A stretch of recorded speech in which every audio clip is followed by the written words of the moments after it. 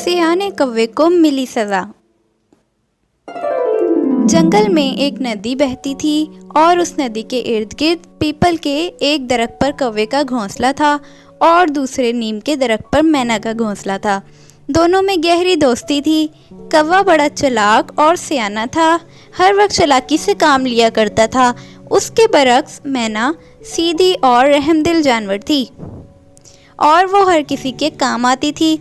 उसके बरक्स कौवा सारा दिन जंगल में इधर से उधर उड़ता फिरता और जो खाने की चीज़ नज़र आती झपट कर ले उड़ता। एक रात मैना के घर मेहमान आ गए। मैना खुशी खुशी खाना पकाने लगी। मेहमानों के बच्चे मैना के बच्चों के साथ खेलने में मसरूफ़ हो गए। इत्तेफाक से नमकदान में नमक ख़त्म था। मैना बड़ी फ़िक्रमंद हो गई। अब रात गए वो नमक कहाँ से लाती। सोचा चलो कौवे के घर से नमक ले आती हूँ। मैना जल्दी से कौवे के घर का दरवाज़ा बजाने लगी। कौवे के घर में अंधेरा था। कौवा अंदर से चीखा, कौन है, क्यों दरवाज़ा पीटा जा रहा है। मैना बोली, अरे मैं हूँ भाई कौवे, तुम्हारी बहन मैना। मैना? कौवा बोला, ओहो, शायद मैना मेरे लिए खाने की कोई चीज़ लेकर आई है। कौवा दौड़ता हुआ दरवाजे पर आया। जल्दी से दरवाज़ा खोलते हुए मोहब्बत से कहने लगा, ओहो मैना बहन, भला इतनी रात गए खुद क्यों आई, मुझे बतला देती तो मैं खुद आ जाता। मगर जब उसने महसूस किया कि मैना के पास तो कुछ नज़र ही नहीं आ रहा तो बड़ी मायूस हो गई और रूखे अंदाज से बोला, क्या बात है। वो कौवे भाई माफ़ करना, आपको रात गए तकलीफ़ दी है, मुझे कुछ नमक चाहिए, घर मेहमान आ गए हैं, गांव की सब दुकानें बंद हैं। सोचा आपका घर तो सारा नमक का है, आपसे नमक ले लूं, मेहरबानी करके मुझे थोड़ा सा नमक दे दें, तुम्हारे दिमाग तो ख़राब नहीं हो गया। बी मैना, इतनी रात गए आकर ना सिर्फ मेरी नींद ख़राब कर दी है बल्कि मेरा मूड भी ख़राब कर दिया। लो भला मेरे घर नमक का गोदाम हो गया जो निकाल कर दे दूं। जाइए जाइए अपना काम करें। मैना बोली, आपका घर नमक का है, वैसे भी झड़ कर दीगर जगहों पर गिरता रहता है, थोड़ा सा निकाल कर दे दो, खाने में डालना है। अरे जाओ जाओ, क्या मुझे परेशान करने आ गई हो। कौवे ने गुस्से से आंखें निकालते हुए कहा। मैना कौवे के तर्ज अमल से बड़ी हैरान हुई। वो सोच भी नहीं सकती थी कि कौवा इतना मगरूर और एहसान फरामोश होगा। उसने कहा, ए कौवे भाई, कुछ तो ख्याल करो, मैं हर वक्त तुम्हारे काम आती रहती हूँ और कभी तुम्हें किसी ज़रूरत पर मायूस भी नहीं किया। आज पहली बार मजबूरी में तुमसे ज़रा नमक मांगने के आ गई, तुम मुझ पर बरस पड़े हो।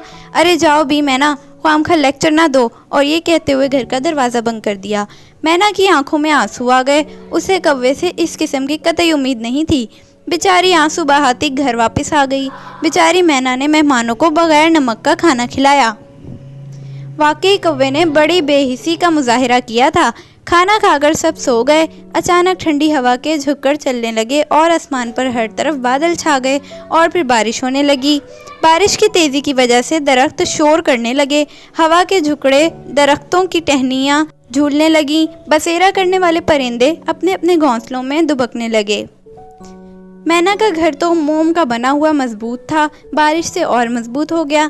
मगर कौवे का घर जो नमक का बना हुआ था, बारिश के एक ही रीले में तितर बितर होकर पानी में बहकर ख़त्म हो गया। कौवे का बुरा हाल हो गया। सारा दिन भीगता हुआ इधर से उधर छुपने की कोशिश करने लगा। किसी जानवर ने भी उससे इजहार हमदर्दी नहीं किया। आखिर गिरता पड़ता मैना के घर आ गया। दरवाजे पर जाकर आवाज़ें लगाने लगा, मैना बहन, दरवाज़ा खोलो, मैं मरा जा रहा हूँ। मैना ने जल्दी से दरवाज़ा खोलकर देखा तो कौवा बुरी तरह बारिश में भीगा हुआ सर्दी से थर थर काँप रहा था। मैना ने जल्दी से कौवे को घर में बुलाया और एक कमरे में ले जाकर उसे गरम गरम बिस्तर पर लेटाकर उस पर लिहाफ डाल दिया। गरम चीज़ें खाने को दी।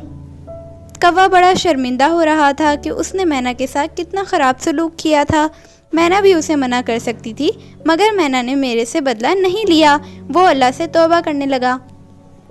सुबह मैना गरम गरम चाय और अंडा लेकर कौवे को नाश्ता करवाने के लिए कमरे में पहुंची और आवाज़ देते हुए बोली, उठिए कौवे भैया, नाश्ता कर लें। बार बार आवाज़ देने पर भी कौवा नहीं बोला। मैना ने घबराकर लिहाफ उठाकर देखा, कौवा मरा पड़ा था। उसे अपने सलूक और जुल्म की सज़ा मिल चुकी थी। जो जैसा करेगा वैसा ही भरेगा। अगर आपको कहानी अच्छी लगी हो तो लाइक कीजिए, शेयर कीजिए, मेरे चैनल को सब्सक्राइब कीजिए। मिलते हैं आपसे एक न्यू स्टोरी के साथ। तब तक के लिए अपना ख्याल रखिएगा। अल्लाह हाफिज़।